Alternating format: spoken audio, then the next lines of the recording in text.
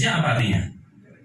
Unduh. Nah kalau misalkan unduh mantu, masuk download mantu gitu ya, kan yo aneh gitu. Makanya saya tidak menggunakan bahasa Indonesia dulu supaya nggak bingung nanti. Pak tolong Pak kita mau datang ke acara kondangan, apa download mantu gitu kan yo aneh toh gitu ya. Jadi izinkan saya menggunakan bahasa aslinya dulu saja. Nanti mau Anda ubah-ubah silakan. Oke. Berikutnya poin ke-8. Nah, frame itu bingkai Bapak Ibu. Bapak Ibu kalau syuting pakai handphone, entah posisi landscape tidur atau portrait vertikal berdiri, itu pasti gambarnya ada di bingkai kotak itu. Nah, itu disebut frame. Next, berikutnya Mas Munir.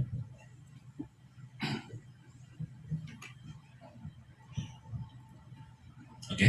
Nah, daftar istilah berikutnya langsung saja. Nah, timeline itu adalah menu di editing CapCut. Jadi kalau Bapak Ibu nanti pakai CapCut, pasti akan berhadapan dengan tampilan yang seperti ini, kurang lebih ini. Kalau ini Adobe Premiere ya.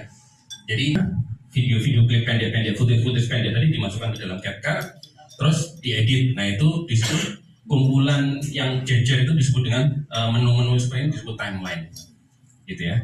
Oke, berikutnya lagi 10 export.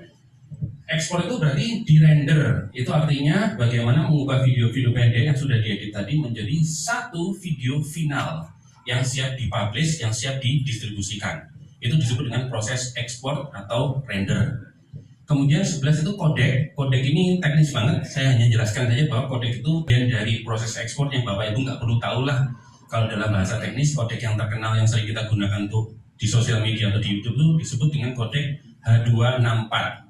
H264, Bapak Ibu nggak usah ngapalin deh, udah pakai aja gitu ya, nggak perlu hafal, nggak perlu tahu juga. Saya hanya beritahu saja bahwa kodek yang umum dipakai itu untuk handphone kita, sosial media itu disebut H264. Sekarang udah masuk di teknologi H265. Kelebihannya adalah kapasitasnya bisa lebih kecil, tapi kualitasnya sama bagusnya. Cuman butuh prosesor handphone yang lebih kencang. Nah itu belum populer, yang masih populer H264. Berikutnya lagi, nomor 12, color correction atau color grading. Nah, color correction ini bedanya apa dengan color grading? Color correction itu biasanya kalau videonya gelap diterangkan, atau videonya terlalu terang digelapin. Terangnya kurang apa? Kalau kurang kontras, kontrasnya dinaikkan. Jadi color correction itu perubahan warna standar saja.